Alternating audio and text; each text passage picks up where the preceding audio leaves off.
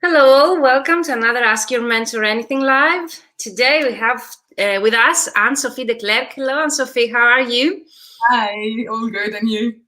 Thank you for accepting my invitation perfectly. I'm fine. I was thinking that people might already know you. So if you remember, if you are a fan of the Ask Your Mentor Anything Live, you remember Anne-Sophie because we had a session about productivity. Is that correct, Anne-Sophie? Exactly. You remember approximately when was that? I'm not sure. You can find the previous recording with Anne-Sophie on our YouTube channel in the Mentoring for Translators Facebook group, where you can actually scroll all the live sessions and the videos in the video section of our group. But today we promise you more techier, how would you say that, live, where actually it will be a hands-on training where Anne-Sophie is going to share her screen. Hello, good morning. In order to see your comments, please click on the StreamYard link that you will see above the description box or wherever you see the description box of this live, and click on the StreamYard link so as to be able to see your name. Hello, Dimitris, how are you? Are you a translator yourself? So today's topic is actually how to use LSP.expert, which is a great tool. It started as a project management tool, but now Anne-Sophie will show us much more that this tool can do for us as translators, but I assume why not as any kind of freelancer. So Anne-Sophie, if you would like to introduce very shortly, because people, they know you already, for those that are joining us for the first time. Of course. Hi, everyone. So I'm Anne-Sophie De Clercq. I'm an English and Spanish into French literary and creative translator. But I do all sorts of things in my life. I don't just translate. I'm also a copywriter. I'm also a trainer for LSP.expert and for my own brands. I'm a yoga teacher also. So I quickly had to just find ways to manage my time as efficiently as can be. Different activities. So many different activities, yeah. Are you a translator yourself? I'm sorry, I'm looking for the comments here as well. Okay, great. Perfect.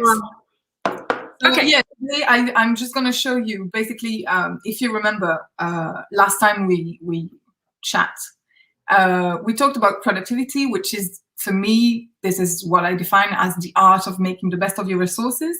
And we ended up saying that we have basically 5 major resources as translators and interpreters, but it's the same, I think, for other professions. And those resources are our tools, our relationships, our time, our money, and also our energy and motivation. And I said in the end that, well, LSP.expert can help with all of them for translators and interpreters, and this is what I intend to show you today. We'll see how it goes, so if you have any questions, just shoot them out. Yeah, I was about to comment. If you have any questions, use the comments below because we see them right away. And since we have Anne-Sophie here today, which is actually an ambassador of LSP.expert, is a tool, productivity tool for translators. But in between, you're going to learn so many tips today to actually increase your productivity. Use the comments below and ask us anything about our today's topic, the actual tool that Anne-Sophie is going to show you. If you're using LSP.expert, if you're thinking of using in the future LSP.expert, we have also a surprise with a discount code to share with you only for those that they stay with us live here today. And of course, use the comments for any kind of question about productivity and our tools. So Anne-Sophie? Of course, yeah. Should I share my screen? Yes, please. So Dimitri says productivity is the best asset in every action we make. I agree totally. Yes, productivity, I agree with you, Dimitri, is an overall, if we can say, advantage and of any kind of business and any kind of action that you mentioned here. So we share the screen. Okay. So now you see also LSP.expert. Let us know, Dimitris, do you use LSP.expert? So Anne-Sophie, the screen is yours. The screen. Okay. So this is the just landing page of LSP.expert. So just to make sure we're on the same page, LSP.expert is just a translation and interpretation management tool, but not only that, you can use it in many different ways, because when you're a translator or interpreter, you need a whole lot of different tools to manage your business. So for me, you need a project management system, you need an accounting system, a time tracking system to just know how much time you're spending on your tasks. You need a client management system. You need maybe something else. I don't know what you use exactly, but those are the tools that I was using first when I started as a translator, up until I found the one tool that would bring them all together, which is LSP.expert. Sorry. No problem. So, do you want to take a break? No. Okay. So, things on my desk. Okay. So you mentioned so many tools. Actually, can you repeat the tools that actually not the names, the tools that you were using, and you replaced them with one tool, the LSP.expert. LSP.expert was time management. Yeah, for project management, accounting, time tracking, client management. So those are 4 main tools I would use. Yeah. The CRM usually in the time management, yes, usually are very project management and invoicing. We might find them in one tool, but definitely not all of them.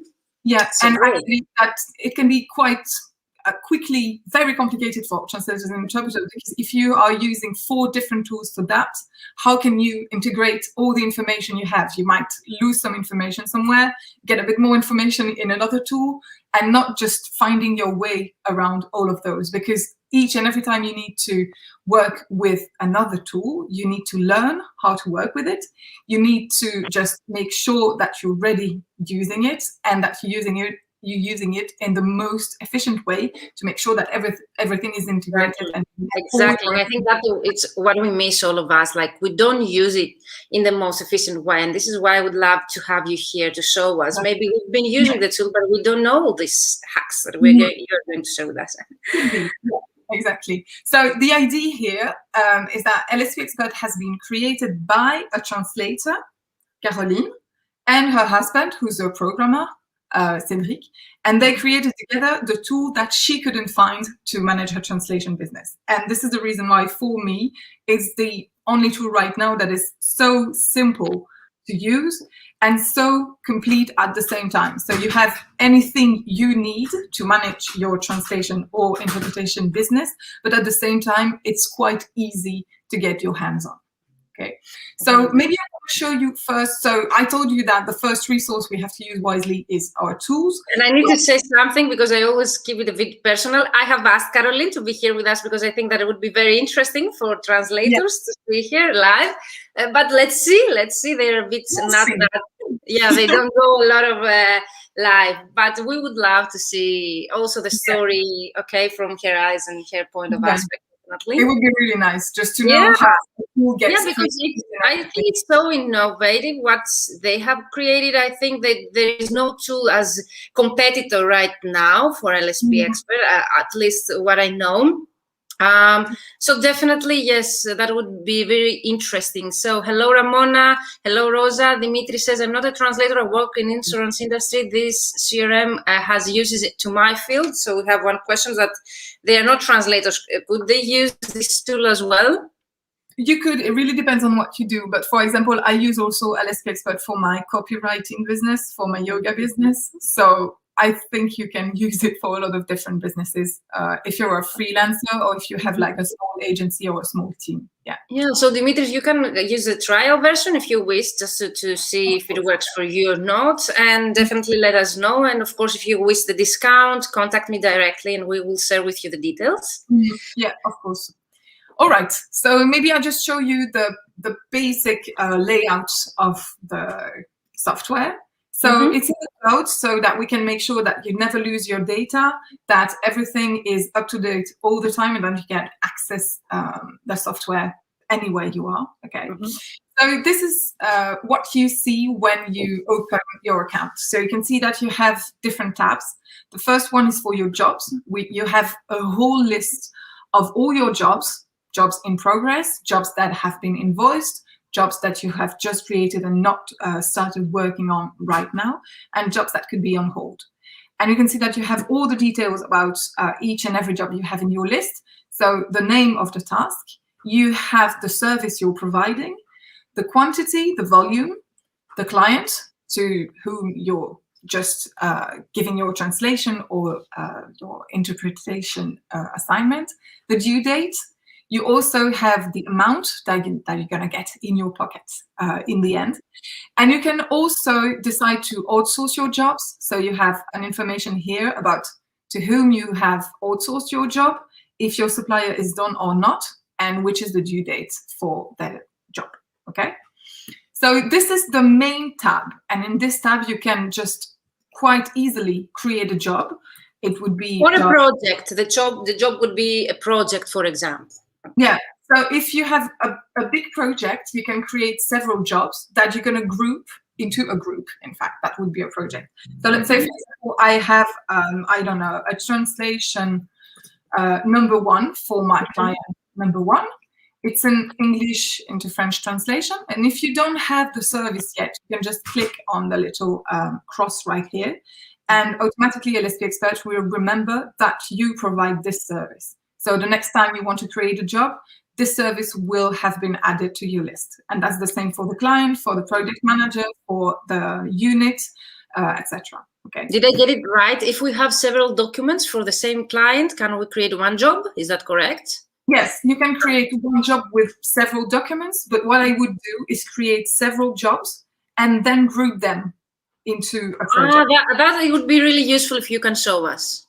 Yes, I've never used, for example, you see, this is a great productivity tool. I used to create all of them alone, so now we can bundle them. Okay. Yeah, it's easier, I think. So, for example, let's say we have a bundle, a project that has 3 translations in it. Okay. So the first translation is English into French. Let's say it's just 1,000 words, and we have a due date for, let's say, Monday, even if it's not a working day in Belgium Monday. Anyway, I can add the job, and right away I have the profile of the job with the name of the job, the client for whom I'm working. I could have a project manager. I could add a purchase order, a reference, that would be mine or my client's, a start date, I have the due date, the delivery date that I can introduce myself, or that will automatically be introduced as soon as I define the job as finished. You can see here that you can define the status of the job. So it has been just created right now. If I start working on it, I can say it's in progress. I could say that it's finished, in which case I would have a delivery date introduced automatically. I could say that it has been invoiced. If I invoice it through LSP.expert, which I will highly recommend, it would be automatically noted as invoiced. It could be also, I hope not, but cancelled, or just on hold because you're waiting for a document, or maybe you're waiting for the approval of your client. The approval of the quotation, yeah, okay, yes, very often. Something like that, okay. So you just create the job. You can just check the service, the currency. Automatically, it's the currency corresponding to your client's profile. Maybe you have a fixed price. You can choose to do time-based invoicing, which means that you wouldn't be working per unit, meaning per page, per word, per character, or anything, but you would be working per hour. In this case, you could just edit the task and click right here to say that it is time-based invoicing. Okay. Amazing. You could also do non-billable projects, because you could decide that, well, in one hand, maybe you want to introduce everything you do in LSP.expert. So, for example, when I do marketing tasks, I introduce them into LSP.expert. They are non-billable because I don't do them for my clients. I do them for myself. But I still introduce them in my software just to know how much time I spend on it and how productive I am at it. Can you give us an example of that task? Yeah, it could be, for example, when I do, I don't know, when I create stories for Instagram or Facebook, or when I'm doing like prospection because I want to find new clients. This is time I'm spending on my business, but this is not billable time because I just do it to expand my business. Okay. That's very interesting. I've never used it that way, but definitely we should include it in our pricing. And also the admin timing. How much time did it take us, for example, to create a project on such a tool, or, for example, the time to invoice, or and I know that it's very fast through that tool, but definitely we spend time that we should take into consideration for any kind of admin work as well. So that's pretty interesting what you are telling us right now. Amazing. And the other way it could be useful is if you do pro bono work, which is quite nice when you're a translator. If you can help with an important project, I know many of colleagues that have done that for COVID, who've done like pro bono translations. It can be nice also because it's work. It's just non-billable, but it still works. So it's interesting to know how much time you spend on those tasks and who your clients were, for example. Yeah. Okay, so now we are the time tracking area. Yeah, okay. Yeah, you could be. Yeah, exactly. Okay, so whenever the information is correct, you just save it. And then you can see that you have all the information about your project, including your income estimate, that is automatically calculated depending on the information you introduced on your client profile. I'm going to show you that right away. But just so you know, you can view your income estimate details. You have your service, again, the unit cost, that depends on the unit you define with your client, the quantity. You can add extra charge or discounts, depending on how you work with your client. You have a subtotal, and then the total. That would include taxes if there are any, okay? So this is how it works. And you can see also that you have a little line here, your profitability. It is not available yet, but like it says, the profitability is available when you have a job that is marked as finished or invoiced, and that you have tracked your time for, okay? So if I want to track the time for one of my tasks, let just me show you when I go back to the list and see my translation number 1 that appears on the list, okay? Let's say I'm starting to work on my translation that has been just created. I just click right here to start tracking my time for this particular job. And you can start tracking the time when it's delivered, for example. Okay. Yeah. So you can see here that now I have a little dot saying that time tracking is in progress. If I click on it, I can see for which task exactly, and I can stop tracking for this job, okay? And you can see that automatically it has marked that my job is in progress, okay? It's in progress, okay. Yeah, so I can stop it right here or there. So now I've been working 1 minute on this project, okay? And you wanted to see how groups work. So I'm gonna create just 2 other translations so that you can see how it works. It would be an English to maybe Spanish translation, this one. 1,000 words, okay. Same due dates. It's been created. I just checked that everything is okay. It's the same income estimate because it's the same rate for my client. And now it appears right here, okay? If I want to create, let me just create real quick. That stop that you just did was a pause. For example, you can resume. Yeah, exactly. So start again. And then you can start again tracking the time. So it means that you stop, you pause the tracking, and then you can restart, okay? Calculating the timing. And when you complete the project, I assume the final step of the tracking is when you record the project as delivered. Is that correct? Yes, exactly. So you can see right here, there is a little V in a green dot. It means that there is some time that has been recorded for this task. So I just paused it. I know I can resume it. And again, it will start tracking my time, okay, for my translation number 1. So this is advisable. When you stop, you go and pause. And then when you can start again translating or working on the project, you go and then you can resume that. Yes. I know that I'm curious and I know that you're going to cover it, but what are the 2 pupils there? One red, one green, small...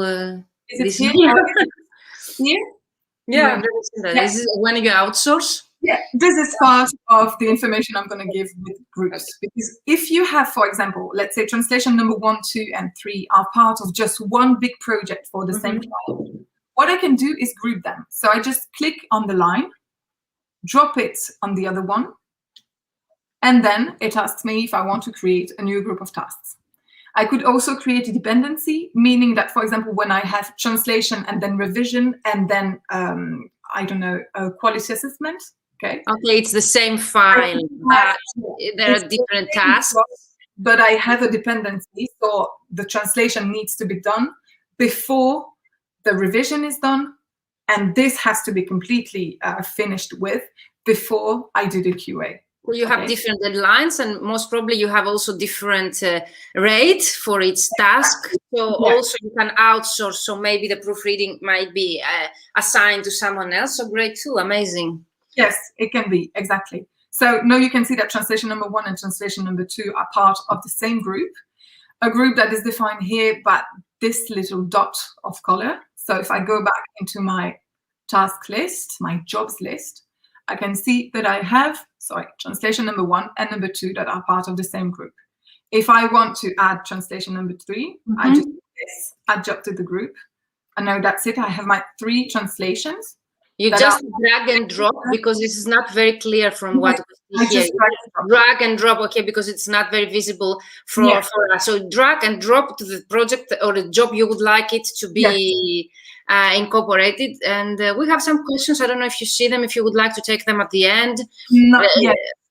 But let me know, if it's Gretel says, when I have a translation team, is there a way for me, the manager, to create a task and for other people of the team start and stop time while they work, so they get access, for example, to the feature that you just already showed us? Yes, exactly. So you can outsource your jobs. I can now show you how it works. So let's say for translation number 1, I can't do it myself, I want to outsource it. I just click on outsourcing, and it's going to show me all the suppliers I have for that particular service in that specific combination. So for translation from English into French, right here, I have the rating of those translators, those people I can work with. The rating as a result of your satisfaction, or my evaluation? Yeah, but it could also be the evaluation from the client, but we don't have yet something that the client could automatically use. You need to put that there, okay? Yeah, exactly. Okay.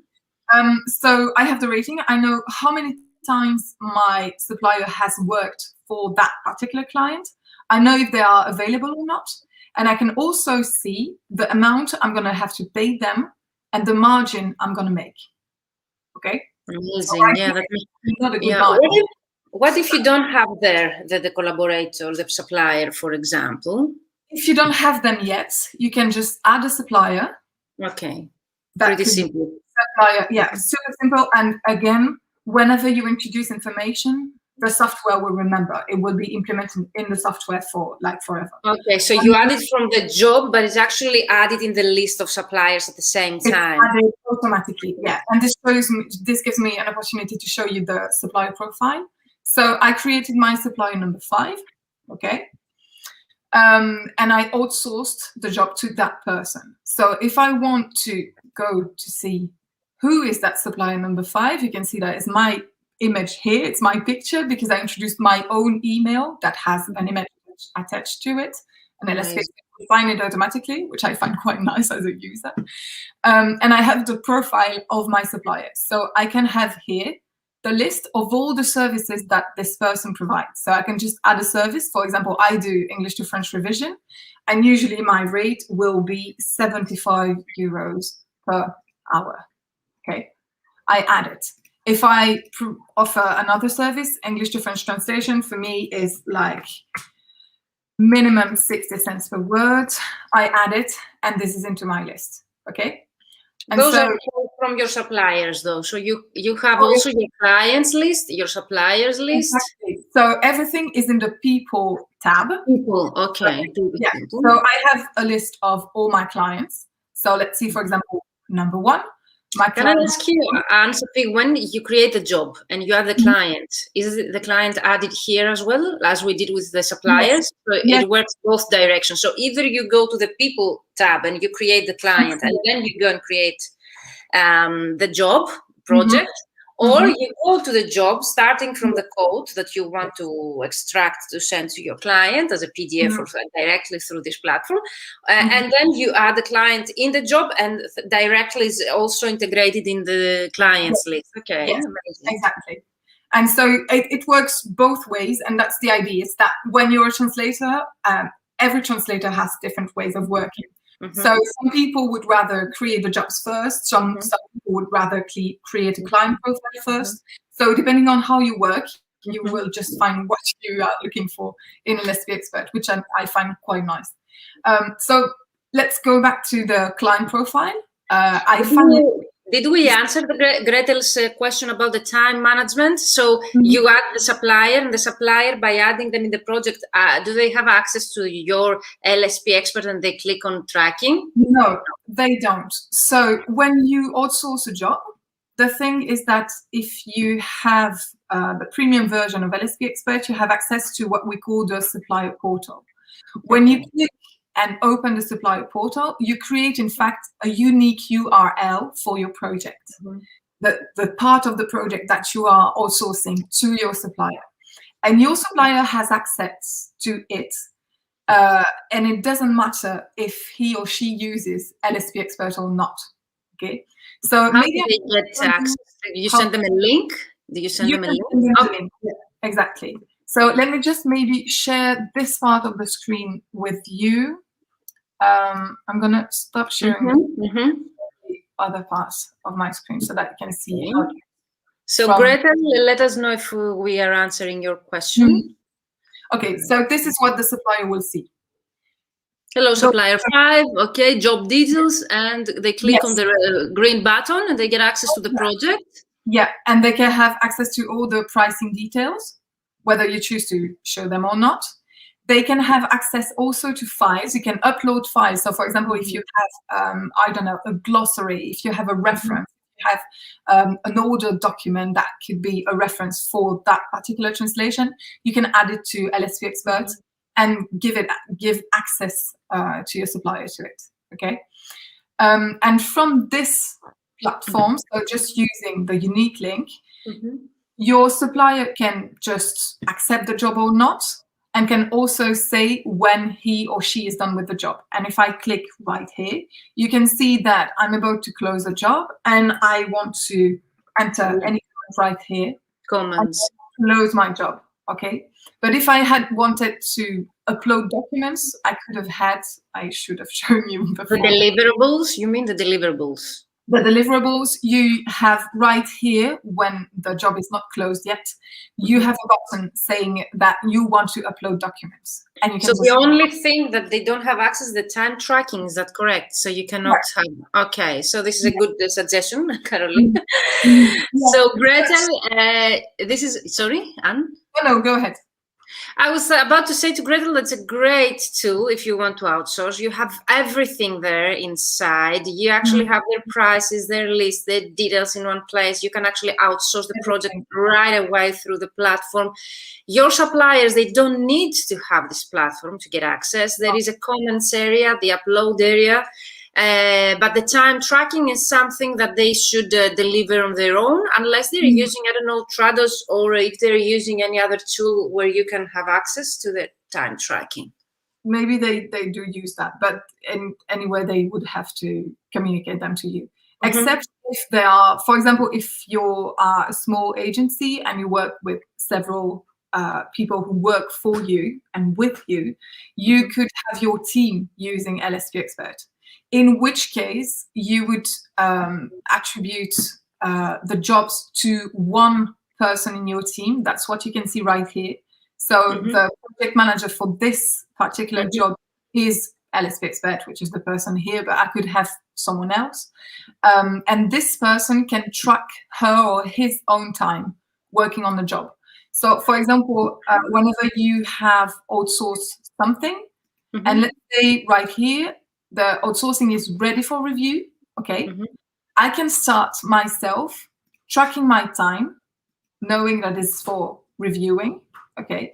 And then in the end, I'll know how productive I've been reviewing this particular job.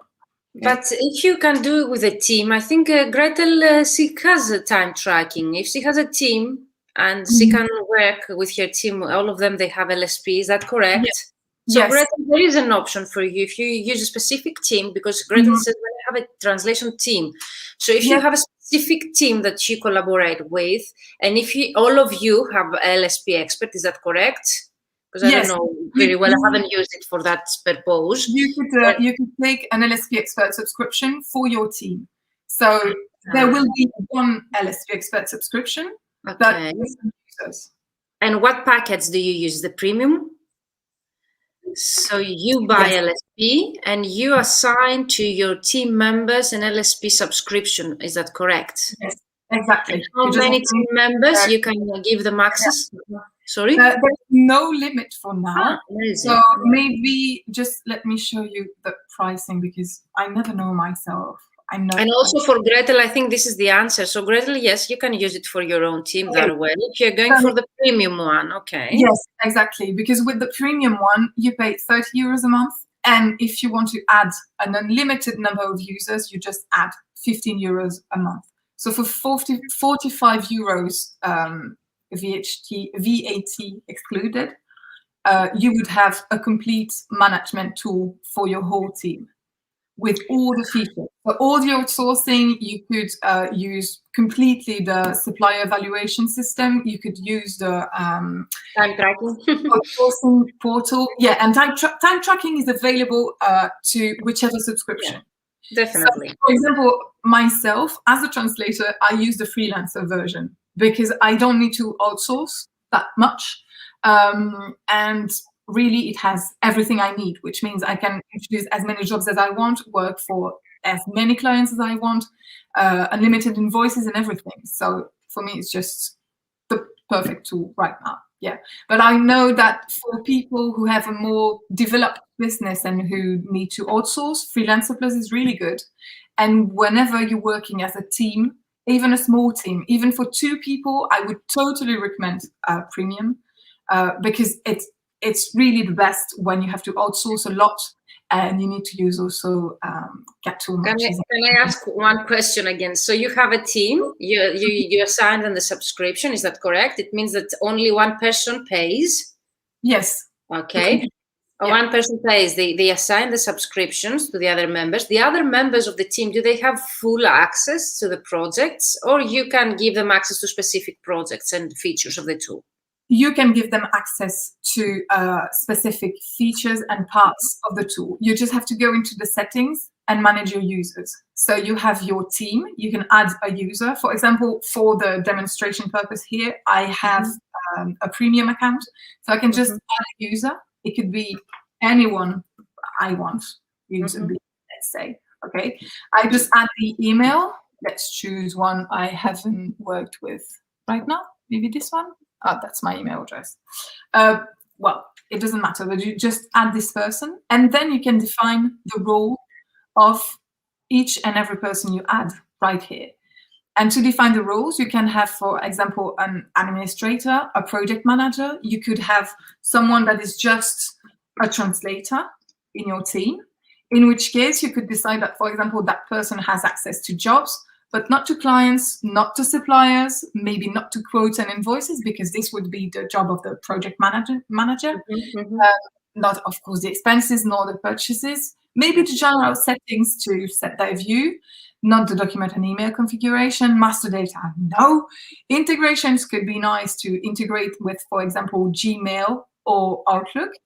And then maybe no access to the reports. So that's depending really helpful. Yeah, I didn't know this feature. You see, I learned so many things. Yeah. So, Gretel, thank you for your question. I think you got what you can add me, says Dimitris. Dimitris, you can add, he says, his email. Okay. Thank you. No need.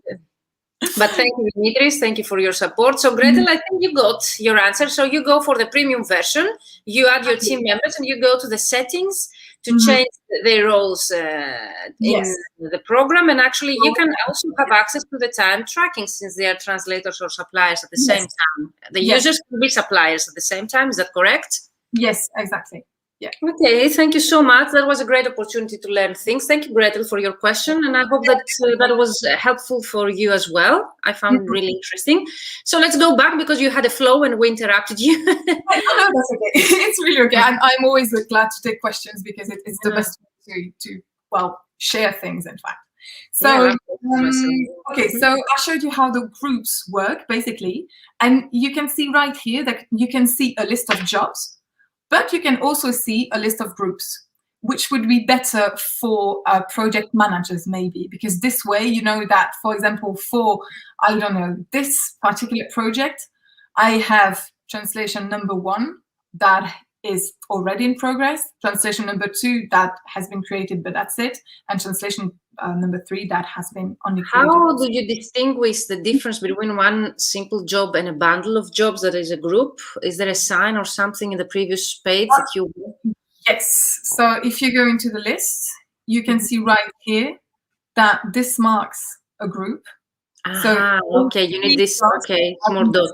Okay. Yeah, exactly. So it's a little dot, and you can choose the name. You can choose. So for example, if I click here, the name of my project, I can choose whatever I want to do with this. But the name of my project could be Big translation. There are color selection as well. You can choose the color that I want. Amazing. For a user, okay? And I've never used all of these features. Okay, I'm a lot behind with the tool. And so when I go back to my list of jobs and projects, I have now a little dot that is pinkish. I don't know. Right here, okay? And maybe you've also noticed that there is another dot right here.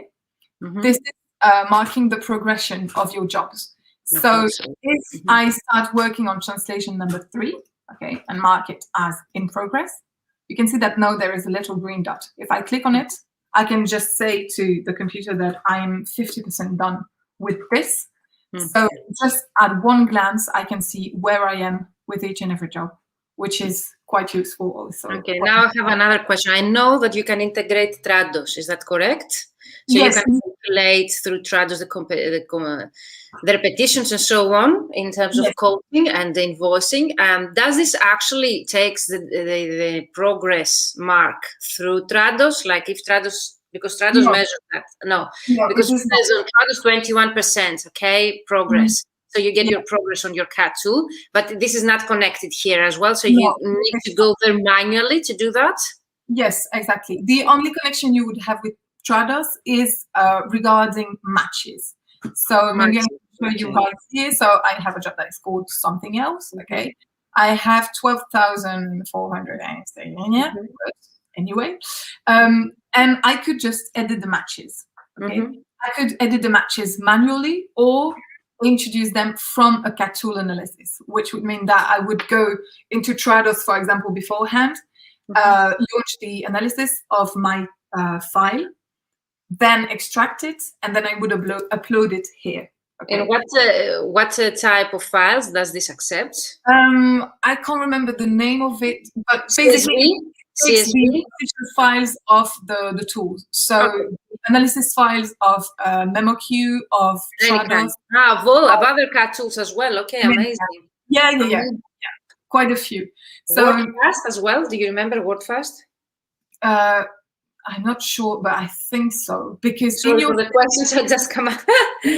Okay. In your settings, you can go into your CAT tool configurations, and you can see that here you can import analysis files from Trados, MemoQ, WordFast, Deja Vu, Cafe Espresso, and many others. So we have WordFast. You have a complete list here. So thank you so much. Everything is in the settings. So if you're wondering anything, you can find it in the settings. Exactly. You have many things in the settings. I don't really have time to go through it right now, but I would be... No, we don't need to, because we can do that on our own. We would be interested in any hacks, tips, or anything you would like to show us. Yeah, so this is the basics, how to create a project. Let's say you want to maybe create a quote for a project, okay?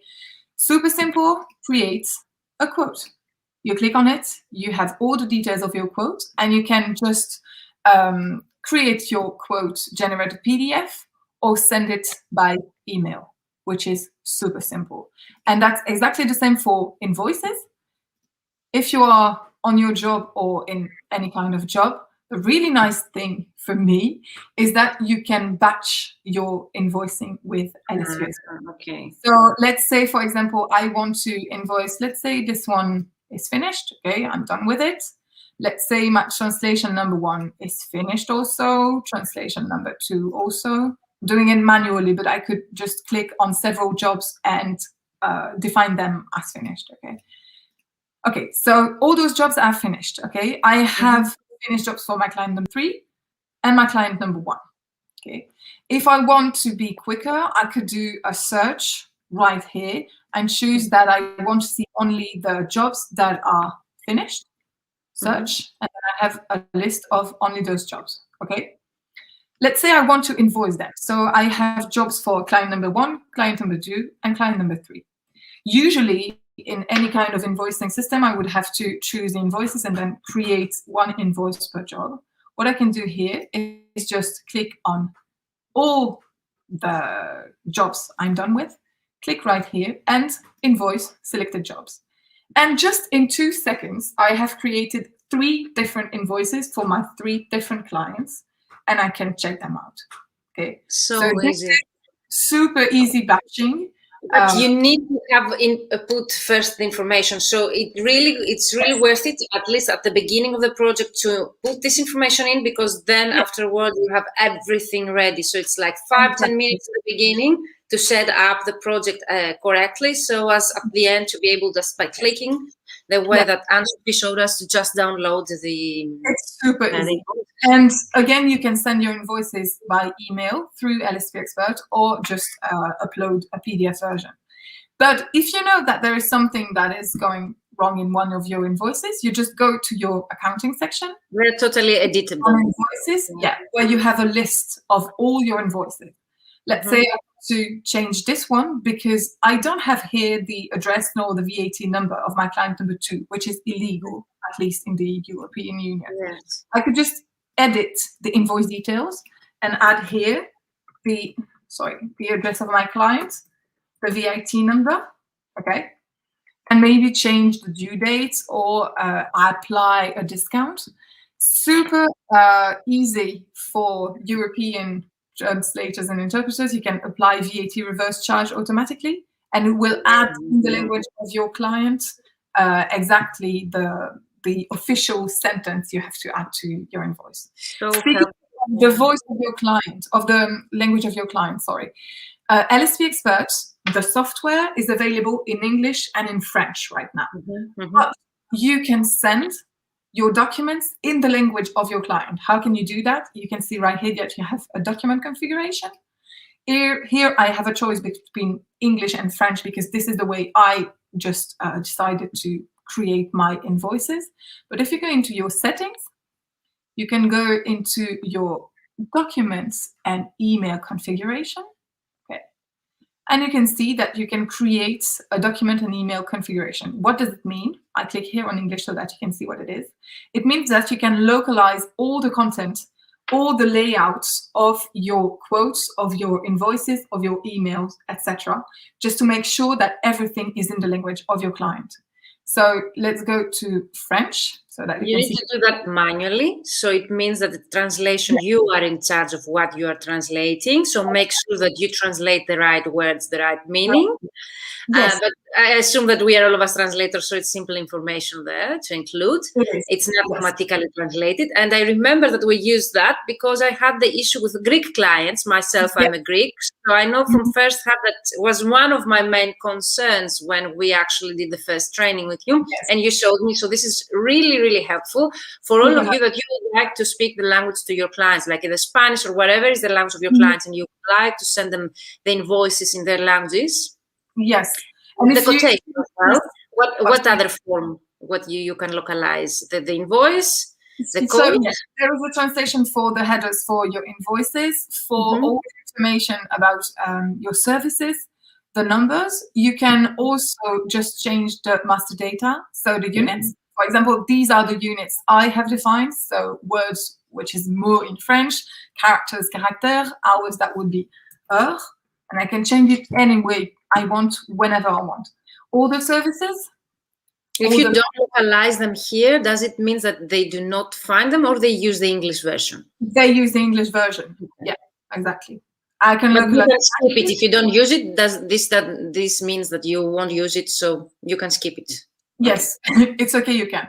And you also have all your terms and footers, the terms for your invoices, your credit notes, your quotes, and purchase orders, which is super important. There you need to upload your own. We need to mention that they're not ready-made templates there. Yes, it means that you because you can just write them down. So copy and paste them from a document, a Word document. Yes. You can footer, and you can see here that you can also copy terms. So for example, if the terms you have on your purchase orders are the same as the ones you have on your invoices, you can just copy them directly. So it's super easy also, and you just save them, and then they appear whenever you create an invoice. They will be added to the next page. Or you can choose to add them. You can choose either you want to add them or not. Yes, exactly. Right? Yes, you just have to tick a box or untick a box. And it's really important to know that those are not ready-made, because no one can know the terms and conditions that your own business has in the specific country that you're located and so on. So this is empty when you enter platform, you need to copy paste on your own or create your own if you don't have them already. But it's really, really useful because you have everything there set and you just click a button and they are added at a specific form. So in terms of localization, we have the terms and conditions there on the files, the code, the invoice form. Anything else? You also have the emails. So automatically you can send those invoices, etc. per email. So you just, let's say, for example, the invoice email, which starts in French by facture numéro and then Monsieur, Madame, vous trouverez en pièce jointe votre facture. It could be dear client, here is your invoice number for month of we could have it bilingual. For example, I was thinking of a Greek-English version, but also you can have different versions, so you can use different languages each time. Is that correct? Yes, exactly. And this is just a template. So whenever you want to send an invoice by email, this template will appear, but you can change it when you do it. For example, if I go into my accounting invoice, the French one or the English one? The French one, Anne-Sophie, or the English is the pre? Both. Both. Okay. Yeah. So, for example, for my client right here, the language is French. Okay. Let's say I want to email the invoice directly from LSP.expert. Okay. This is what appears. So I have my default client, so the manager, who's also a translator right here, and I have my just basic email. But I can change saying, "Salut Marie," if this is someone I know. Vous trouverez en pièce jointe. I changed this. That facture number. Okay. And then I send it to my client, and I can say automatically that right here, the status of my invoice is sent. Amazing. Okay. So super quick, super simple. And speaking of maybe clients and people, I said that one of our big resources is relationships. We tend to forget them because we work from behind our screen. We're just behind our desks, but we work with people and for people, okay? So this is, for me, super important to have a really reliable, sustainable business. You have to have good relationships with the people for whom you work and with whom you work. So to do that, super interesting in LSP.expert is that it is not a CRM per se, but you can use it as a customer relationship management system. Let me show you quite quickly. So my client number one, if I go into the profile of my client number one, I have the name of maybe the company, I have the address, all the information I need about this client. But this is not enough to create a real relationship with the client, is it? So in order to do that, I go to my contacts section. And this is the section where I can add each and every person I am in contact with when I work with this client. Okay. So for example, let's say I chose here to create an example about a small translation agency that would be managed by Rosana Guerrero. Okay. And the PM I'm in contact with would be Pilar Rubio. All right. This is for agent clients, not direct, okay? Yes. But it could be for a direct client, okay? This could be the manager of the company, I don't know, a marketing company, for example, okay? Rosana is the manager of this marketing company, and Pilar is the person who's responsible for the translation projects for that particular company, okay? It's really useful, first of all, just to add your contacts, because then you can define if those people will get the invoices or not, for example. So if I click right here, I can decide just by ticking a box that this person will get the invoices. If so, if it is just as a CC or not, okay? And if this person will get the quotes, and if so, if it is as a CC or not, okay? For example, right here, I just invented that Pilar is just the PM, so she's in charge of the projects, but not in charge of anything regarding money, okay? So the invoices are sent automatically to Rosana. But I can choose when I create my invoice and change it, just like I showed you before. I could choose that, no, okay, in the end, no, I want them to be sent to Pilar also, okay? Anyway, so this is nice because I can have the nickname that will be used in emails. So automatically, if I send an email, it will say, hello, Pilar, and no just, hi, client, okay? I have, of course, the email address of this person. I could have a phone number and another phone number or any information I want to add. But what I really like is this little part right here. Because what do I do with that? Let me show you. I just add, don't try and contact between 2 p.m. and 4 p.m. Knows Adriana really well. What does it mean? It means that Pilar is someone who is napping between 2 and 4. So I don't contact her during those hours, okay? And also, I know that she knows Adriana really well. Let's say Adriana is a translator I work with all the time, and I outsource jobs to her, okay?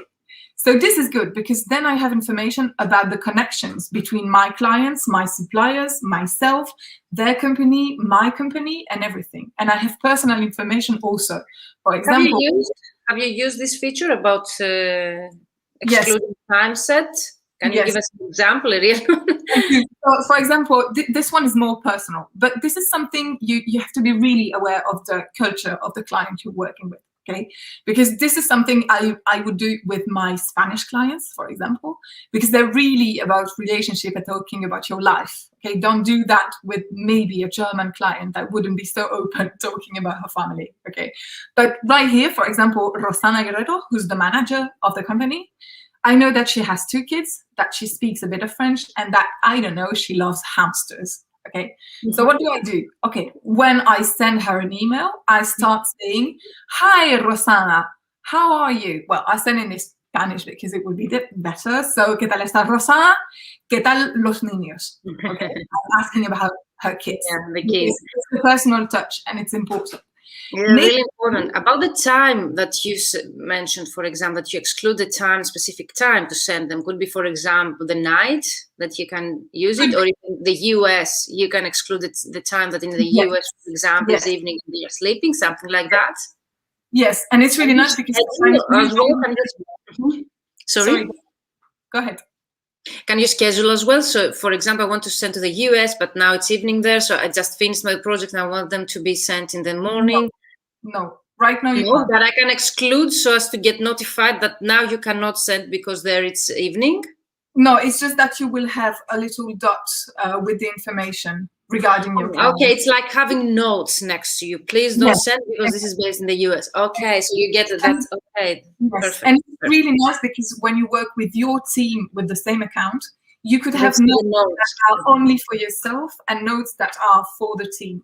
So, for example, I could remember myself that Rosana has 2 kids and she loves hamsters, but this is kind of a personal information I don't want to share with everyone in my team. So this would be a note just for me. And then I could have a general note for everyone saying that she speaks a bit of French and she likes to have just 1 sentence in French in her emails, for example. Okay? So this is part of creating a really sincere and deep relationship with your clients, I think. And that's really important, well, for me. Okay, so this is how to use it as a CRM. And you can do the same with your suppliers, in fact. Let's say my supplier number 1, I can not only just evaluate that person. If I click on it, I can see the general average and the evaluations for each and every task she has done for me, okay? I can also change the criteria. Of course, the criteria right here are the ones I want to work with. But if I that's it. But also what I can do is if I go into the details, I could write here, add a note. So, for example, for this one, her birthday is January 9th, and she has 2 daughters. So if I send, for example, my best wishes at the beginning of the year, I would say have a very, very happy new year and even merrier birthday. Okay? Exactly, the birthday wishes, yeah. And also the supplier section is really important because at suppliers you can include many different, like they don't like to undertake that kind of projects.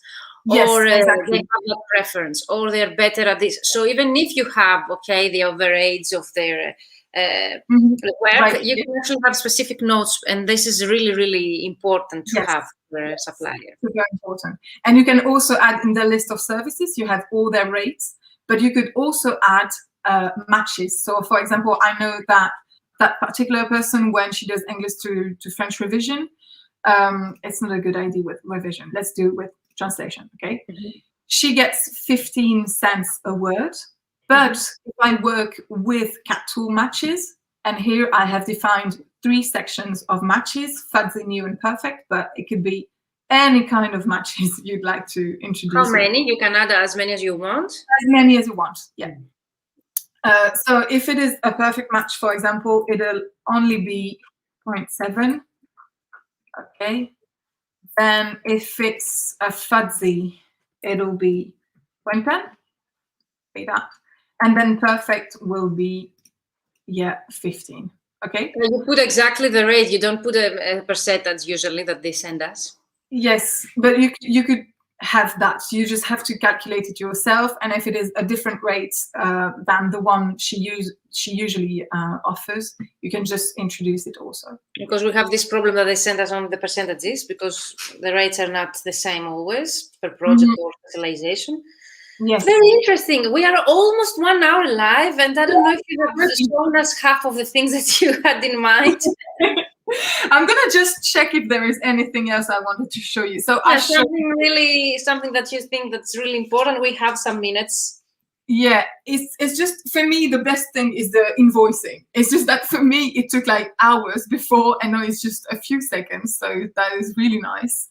Time tracking is really great because then you have the profitability of your job. So let's say, for example, if I take my, I don't know, blog post for January, no luck. I'm just looking for a job where there is a profitability that is. I find that time tracking is really, really important, especially for those that they're starting out, because they do not know. And actually, they might deliver very good work, but if actually the result took them 2 days, okay, to deliver, for example, 2 pages, they might reconsider to purchase or use such a tool, because it's really important to track the timing. Yeah, exactly. And so for example, if I take this example that is not realistic at all, okay? It's just that I know that for this particular job that I outsource to 2 suppliers, I have worked myself this particular time, 1 minute. So my profitability is an astounding 75,000 euros an hour. It is not that, but usually you can see how much it is. This profitability is based on what? The annual, the whole project? It's based on the volume and the time you spend for that particular volume. But you can see it better in the report. So if I can just show you. Because the time tracking is really important as well, not only for productivity, but also profitability. So definitely it works, yeah. So this is the reason why you have a performance report that will show you how many words per hour you do, how many words for translation, revision, service, number 1, anything. Okay, this you go to the Guinness. You get to the Guinness. Yeah, I do. And you can compare with a different year if you want, or just the current year. Okay, this is your performances, but you can also see your profitability by client, and this is key, I think, to choose with whom you work. Because if you have a client you really love, but you're not profitable at all, let's say you just get 20 euros an hour, you can survive, at least in Belgium, considering the taxes. Definitely. That depends on the location of the country that you're based. Really. So in Belgium, I wouldn't survive being paid just 20 euros an hour, okay? Because it would mean that I get, in the end, like 8 euros an hour, which is not much considering the price of life. But anyway, this is a good thing to know how much you are worth. And this is important not only to be able to pay your bills, but also to build a really, really profitable, interesting, and enjoyable business. Because if you just get peanuts working, you will just starve intellectually, morally, mentally, and really, in fact, you're going to starve.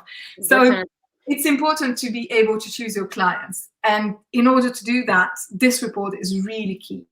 And I see that you can put it weekly here. So you actually can view you can change the view to weekly. Yes, you can. Yearly, quarterly, or monthly. So not weekly, but you can just watch it. It's not really interesting here, but yeah. So you can see it.